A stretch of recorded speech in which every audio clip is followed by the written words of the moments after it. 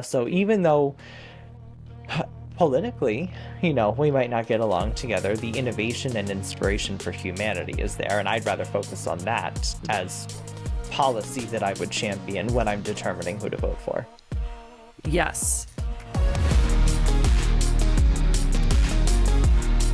Hello, everyone, and welcome back to another brand new episode of the What the Nell podcast, the EcoPreneur's Edge edition, spicy season 4.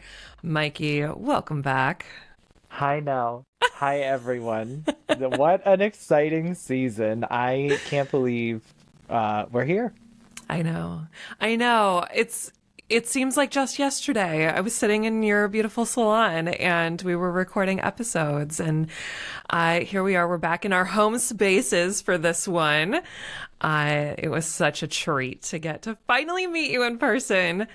I loved it. I loved all of it. And we made a promise. We made a promise to everybody listening and watching, but we made a promise to each other that we were indeed going to keep this spicy. And it seems like just yesterday we were recording season 1, which had little to no seasoning in the whole series. I mean, it was like the salt and pepper of all of our seasons. And this time we're sprinkling a little cayenne on there.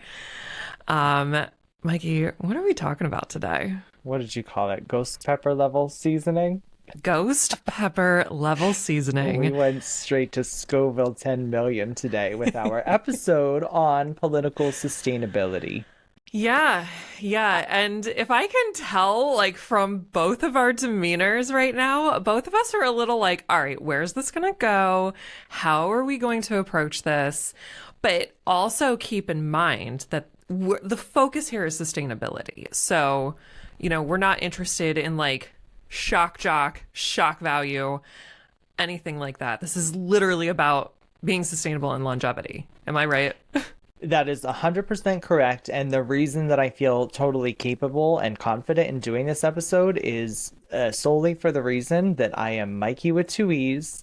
The 2 E's stand for the environment and everyone, the two things that I care about most. Mm-hmm. And knowing who I am and knowing what my beliefs are and picking and choosing all the best practices that I have been that I've experienced or have been a part of my life is why I feel very sustainable when it comes to my interaction with politics, whether that's local in my municipality of Harrisburg or Lower Allen Township where I live, whether that's statewide in the state of Pennsylvania or nationally in the US or even internationally when it comes to like a whole bunch of big players on the world's stage. Mm-hmm. So when it comes to political sustainability, I don't really, obviously we have to vote when it comes to politics, and I do pick sides there. But until then, I keep an open mind throughout everything. I listen to arguments and debates and social media posts and podcasts and YouTube videos and all of the media, from as many sides and as many perspectives as I can. Mm-hmm. And I understand. I'm a hairdresser, so like people come to me all day long saying how triggered they are by this event or that event. And my political sustainability comes from being aware of what's going on and choosing the battles that I want to, or disregarding the ones that I don't. I love that. I love that so much. I am in a little bit less of a vulnerable position with the general public than you are. And I definitely think you have to be very intentional on a day-to-day basis in how you interact, because you are in person with your clients and things, and you have to think about, what are the battles that you choose, and you have to be a little more intentional and detailed about that. And fortunately or unfortunately for me, politics don't really come up in my line of work. And because of that, sometimes I feel like I have to actually go the extra mile to find out what's going on in the world. I get information delivered to my inbox every morning, and I'm not having regular conversations. So I am constantly having to seek out information, and I'm very intentional about how I do that. I will tell you right now. Number one, if you think this is a podcast where you're going to get me to disclose what my political views are and picking sides and things like that, this ain't it. So there you go. But my husband and I, we do not watch the news. We don't watch CNN. We don't watch Fox. We don't watch MSNBC. We don't watch Newsmax. I don't even know what all of them are. We don't watch anything. What comes into our house is very much geared towards protecting our energy and creating a very zen space for ourselves while we're here, because I do believe that's what is important at home. So when I seek things out, I might hear about things, I might read about whatever's delivered to my inbox, and I might just do a little more searching on that. I do feel as though we need to pay attention more towards our local politics rather than dumping all of our political eggs into the federal basket, because typically local is what tends to impact us most first. Anything in your local municipality and cities and things like that. And I know, especially in certain areas of Pennsylvania, there are very different areas as far as where we lean politically. And we live in, I'm going to say, a fairly red area. Lebanon County is where we live. Where we live has no bearing on our political views, no matter, we don't live here because of certain things. So there's a lot of politics don't really tend to change that much in our local municipality. I'll say that. So we don't see a ton of change. We don't see a lot of turnover. Lebanon County has, I think Lebanon City's mayor, Sherry Capello, has been the mayor for what feels like the last 150 years. So I'm just not on a daily level exposed to it like you are. So how do you think that exposure affects your political opinions or how you act politically? Number one, I feel so blessed to answer your question. Number two, I just wanted to put a little side note in here that I would love to hear the resources later that you utilize when you're seeking out, knowledge and information. Sure.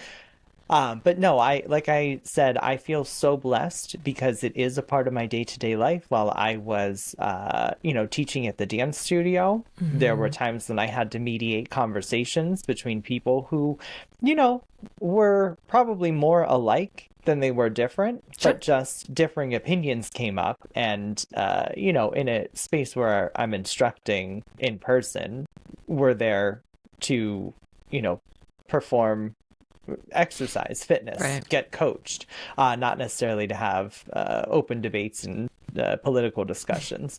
So I had to gain the tools of effective communication to mediate situations that might have a better time or place. And then in my salon, especially because I have worked, by myself for a good portion of my career, I have been able to cultivate beautiful relationships where we can vent, debate.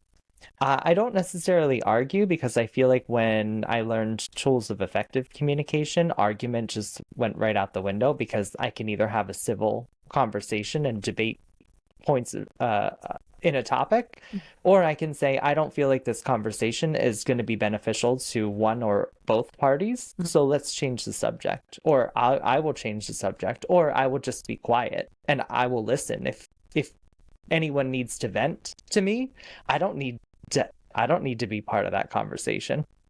It's a beautiful thing. So I have gained so much perspective one-on-one in a private location where people aren't necessarily at home feeling all of those home atmosphere feelings. They're in kind of a neutral space or even a welcoming space where I invite people to have different opinions than I do. I invite people to have the same ones that I do, but everyone talking about the same thing in an echo chamber doesn't really lead to a lot of progress or forward thinking. Boring. Exactly. So I have through time and practice and devoting actual energy, learned how to effectively navigate the geopolitical, socioeconomic realm Mm-hmm. that we found ourselves in. And especially, I noticed um, I was still very early on in my career in like 2012 when that federal election, state and local election happened. But Mm-hmm. that's really when the shift started being away from print and television media into social media. So that was like very early on in my adult life and in my career. My first salon location opened in 2013. Uh, So right when social media was taking over, and that helped my business. I know we did a whole episode on social media. It seemed to start the trajectory of social media hurting a lot of people's mental health and hurting a lot of people's relationship with political sustainability. So I have had my entire adult life and my entire career to gain tools and experience in person, face to face, not a keyboard warrior. None of my job other than posting fancy hair or cool dance tricks, really happens on social media. And so I've noticed how blessed I am to have the political sustainability that I do. I'm one of the least triggered people I know. And I think it comes from just all that one-on-one contact because yeah. I know people who come to my salon who have very similar views to all the views that I have, who have half and half views, to what I have, and who have very different views. And I do all of their hair to the best of my ability. And I treat them all exactly how a guest in my home would be treated. What a beautiful way to put that. And I think that's a real sign of not just maturity. I called it adulting the other day. Somebody did something and I was like, wow, that's really mature, but it's like the first sign of adulting. And I mean, we've been adults for quite some time. Some of us more than others, Mikey, not We are you. getting spicy now. Yeah. But I think, and you mentioned it earlier, communication, these are signs that we can have healthy conversations and disagree on things. And I will tell you, one thing that I cannot stand and I will not stand for is the extremism on any side of the matter where someone looks directly at me and says, "You are wrong. This is how it is, and this is how it should be." And I can't. I just can't. I genuinely love, I mean, as a podcaster, obviously I love having conversations with people. I genuinely want to know why someone feels a certain way. And I've always thought this, we have our opinions politically because of our own experiences that we've had. Maybe I have never personally had to deal with being on food stamps. And I know just recently with the government shutdown, this was a huge issue for families. And, I haven't been through that experience. So I probably could stand to learn a little bit from a family that is currently working with a food stamp program. I could learn a little bit and, be a little less judgy or more judgy depending on what I hear them say. But, it's real life experiences that I think shape our political views. And understanding that to me is what helps you be sustainable politically. Because if you consistently use your life experiences and vote, how you feel would be best to handle some of those experiences that you've had for other people, then I feel like that is sustainable in itself. I think that all of those points are super valid, and I align with a lot of those, except one thing I want to point out. The extremism is what really pushes the boundaries of my thought exercises. Mm-hmm. And a lot of times the extremism, and now granted, the aggressive communication. You think this, you do that, you Mm-hmm. believe this, you are wrong. All Mm-hmm. of those are aggressive communication tactics, and Yes. I don't utilize those in professional or personal life. But the extreme topics are the reason we went to the moon. Like, Mm. if people didn't push those boundaries of what, reasonable thought could be, we wouldn't have all the amazing things. No one would have ever created a microchip. We wouldn't Mm-hmm. be podcasting. We, Mm-hmm. so and even when it comes to, political ideologies, there are so many beneficial things from, you know, one thing I love, capitalism. One thing I also love in different ways, communism. One thing I also love, uh, what is it, representative monarchies. Like, I have a crown. I love the things, that have been positive in my life, Mm-hmm. from political ideologies. Do I think that they all work all the time? No. Do I think that some of them might work better depending on which time period we're looking at in human history or the future? Yes, absolutely. But if we didn't think about those things, if we didn't push them a little to the extreme, we wouldn't be able to kind of find that middle ground where 8 billion people on the earth Mm-hmm. can coexist Sure. mostly peacefully. Yeah. So okay, Mikey, I see you're, going to the moon. Now, I did just recently see this has been a resurfaced conspiracy theory that we didn't actually go to the moon. So I'm assuming that you are of thought process that we did actually go. I I see what one of my favorite business inspirations is doing with Starlink and SpaceX. And I don't know that we would be where we are in that industry that does inspire me all the time if we hadn't already done a lot of the groundwork. Whether that was World War II when people were developing the rockets, whether that was the Apollo missions where we were sending people up in those rockets, whether or not the flag is planted on the moon and it waves because it was in a studio or what, like, all of that is slightly irrelevant to me, because it's more so the inspiration and the human innovation that we have gotten, from the space program, from NASA, from research and development, and from, the tech billionaires leading the industry now, Jeff Bezos, Elon Musk, some of the people in the France has very innovative space programs, India, China, Russia. So even though politically, we might not get along together, the innovation and inspiration for humanity is there. And I'd rather focus on that as policy that I would champion when I'm determining who to vote for.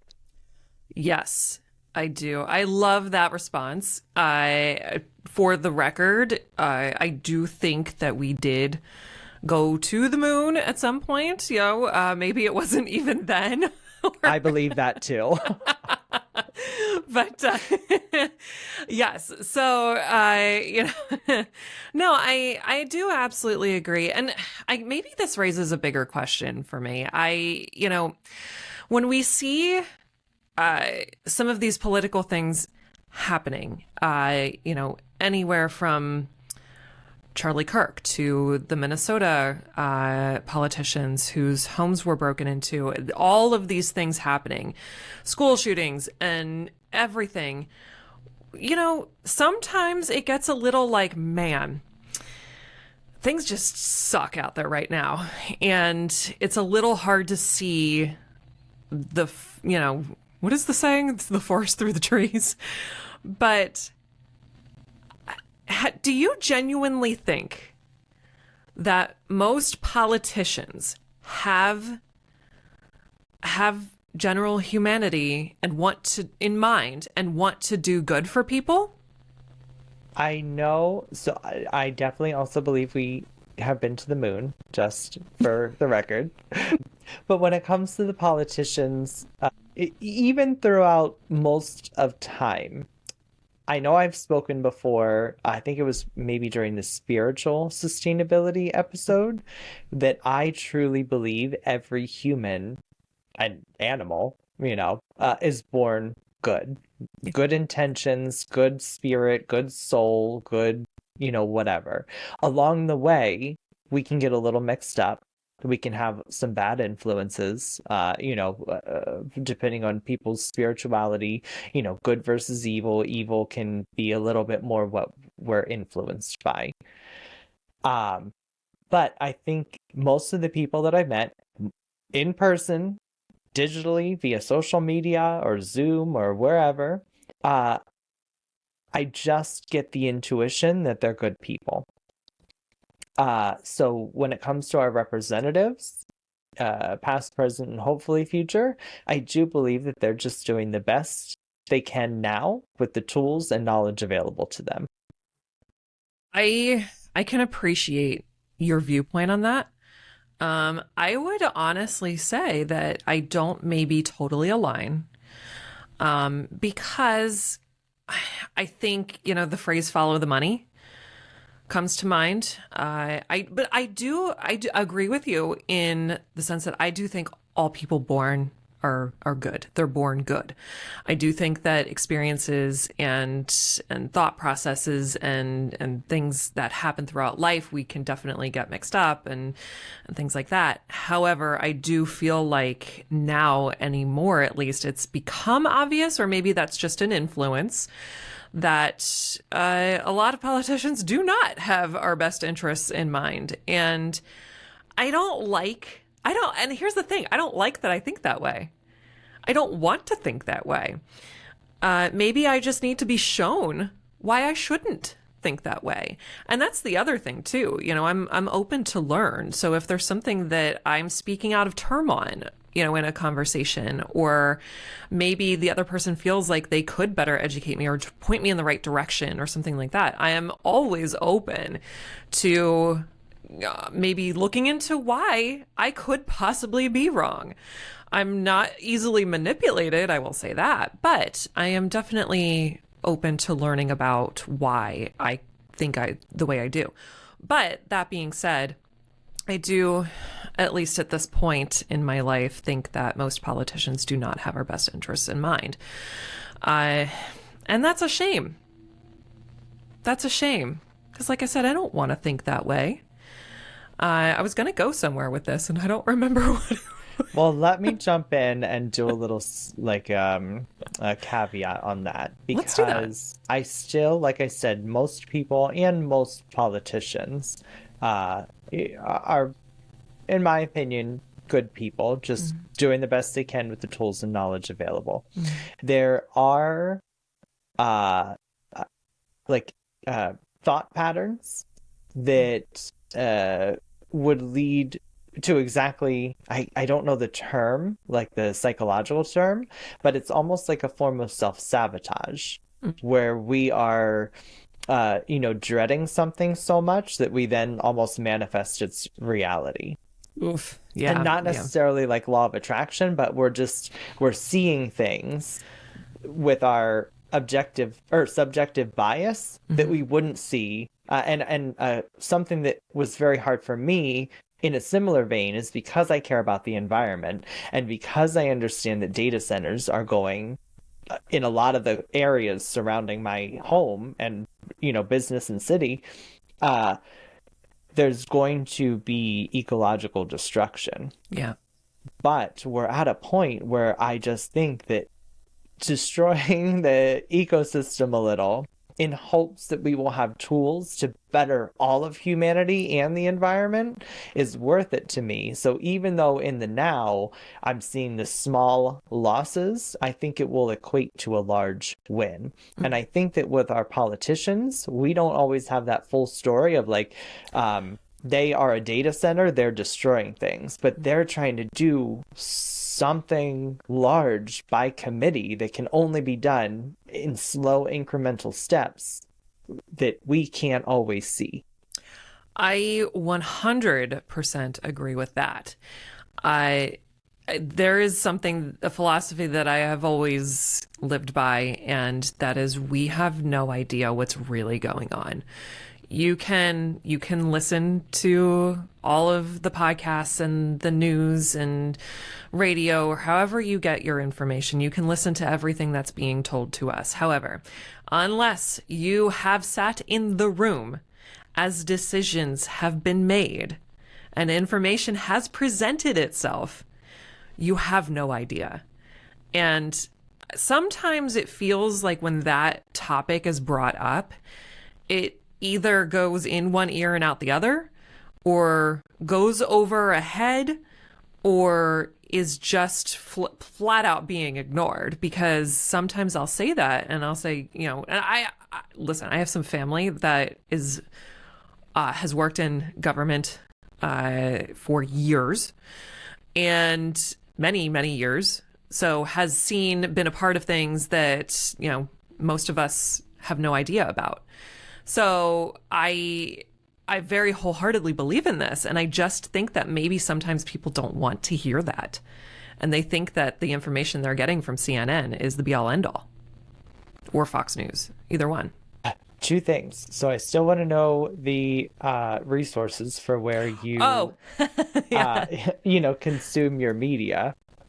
So let's start with that, and hopefully I'll remember the other thing, because while I was talking, I forgot what the second thing was. Well, so the one thing that I get delivered to my inbox every day is called the Morning Brew.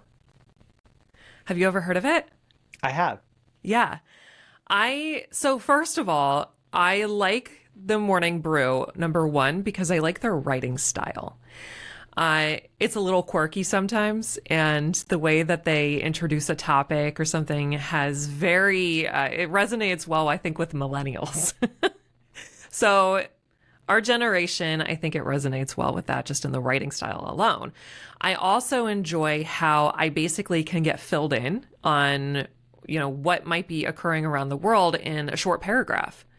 So basically, it allows me to get an idea of what's happening, but then forces me to go seek out information. I'm not getting everything from Morning Brew because it's exactly what it is. It's just one email, one page with multiple paragraphs and snippets of what's happening in the world. So basically, for more information, go somewhere else. And that's what I really like about it. It fits into my routine well because it doesn't take me, an hour to read. And I like how they write, and I like, all of the topics that they address. They'll address current events politically. They'll do tech news. I get Marketing Brew. So they have like branches off some, for Morning Brew, but that's why I like it. It just fits into my lifestyle really well. I love that. And, I think it eliminates some of that political extremism that we were talking about. Yeah. Me, on the other hand, I just wake up and go straight to spicy because You wake up and choose spice. we're Scoville 10 million here.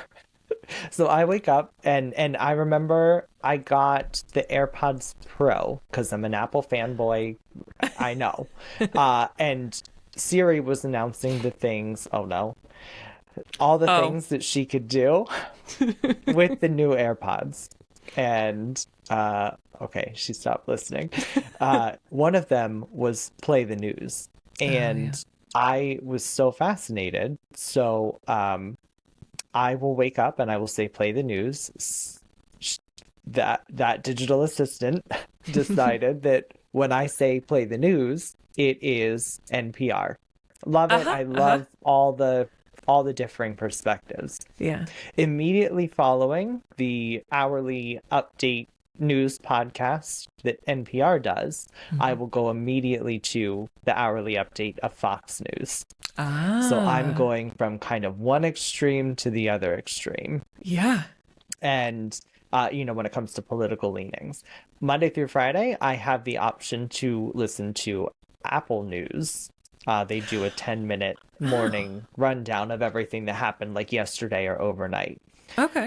Apple News is so well put together. The daily I didn't even podcast. know there was Apple. Like, this is really good to know. We're gonna have to talk more about that. I told you, the the AirPods told me what I was like, oh, thank goodness I got these because I would never know otherwise. So since, probably 2019, on a daily, almost daily basis, I am getting news from one side, news to the other, and then I'm going to a little bit longer form that some ones Apple News tends to skew like moderate left. Okay. Okay. So it's really funny to hear the same stories back to back reported by different news agencies. That is interesting. I would definitely do that. I know a lot of people who don't have the stomach to listen to news from the different side. And I'm like, again, one of the least triggered people. I'm like, this has given me such good perspective because I believe a little bit of this, I believe a little bit of that. Wherever they kind of like fit together, I'm like, there's a little truth there. And wherever they differ, I'm like, that is just propaganda, and I don't need to be aware of it, and I don't need to assimilate that into my person. Sure. Then I also love ground news on Instagram.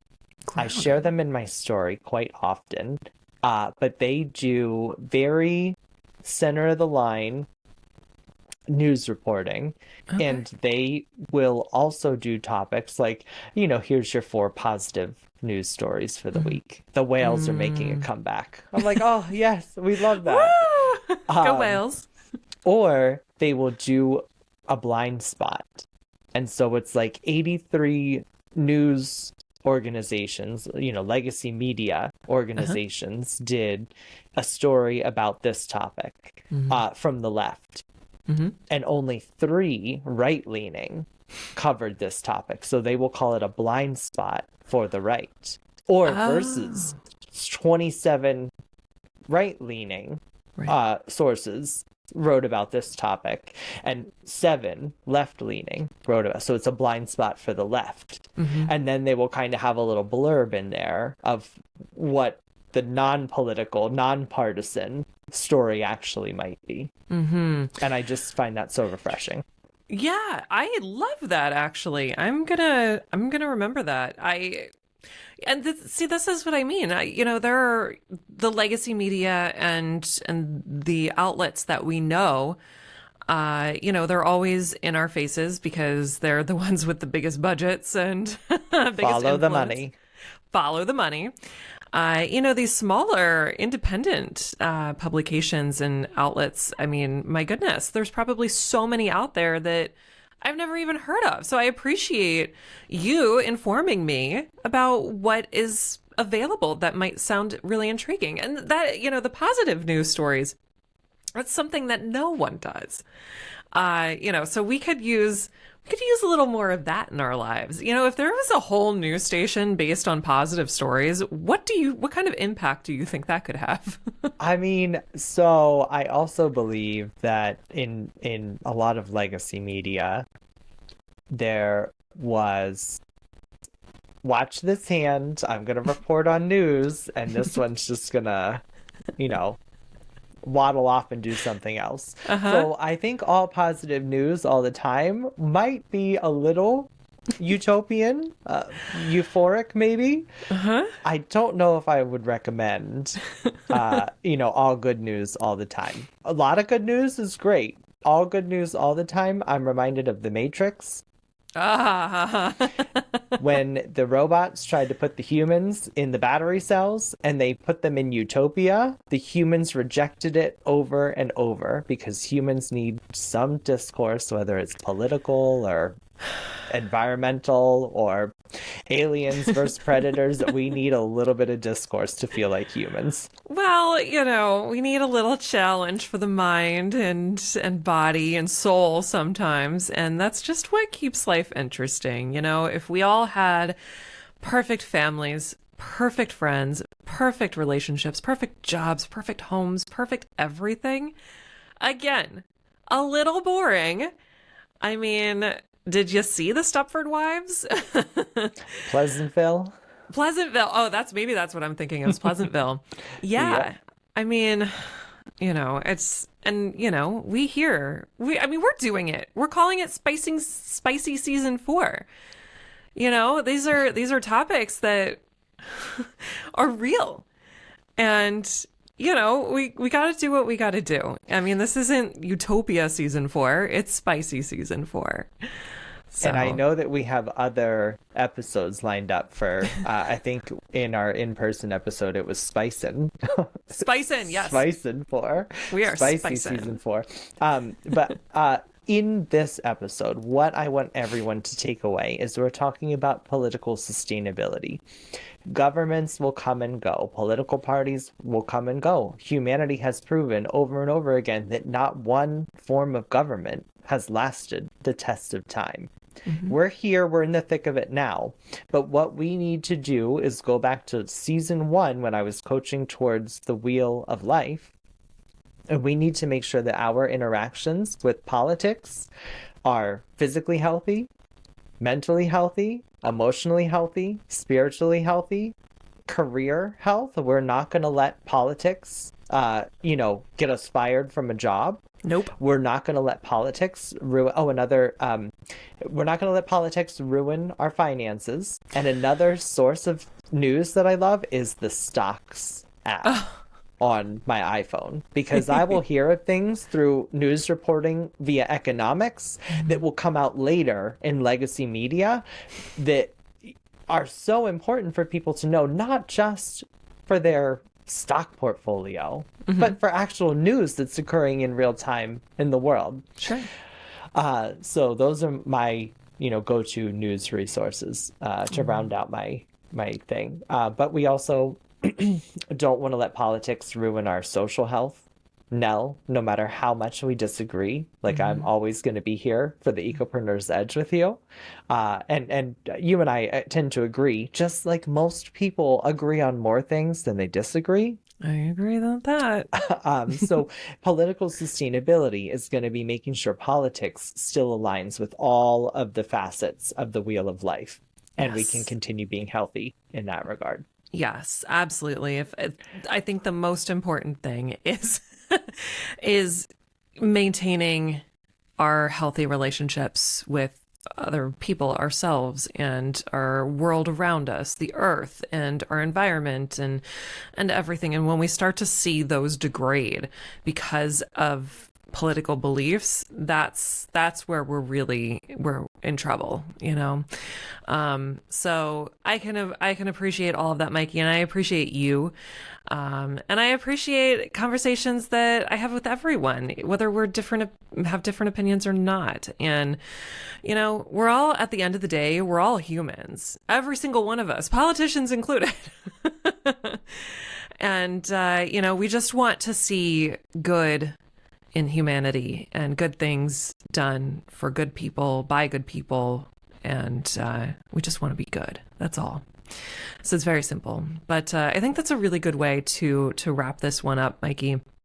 Maybe I thought this episode would actually be a little spicier than it really was, I think, but looking back, we're very level-headed people.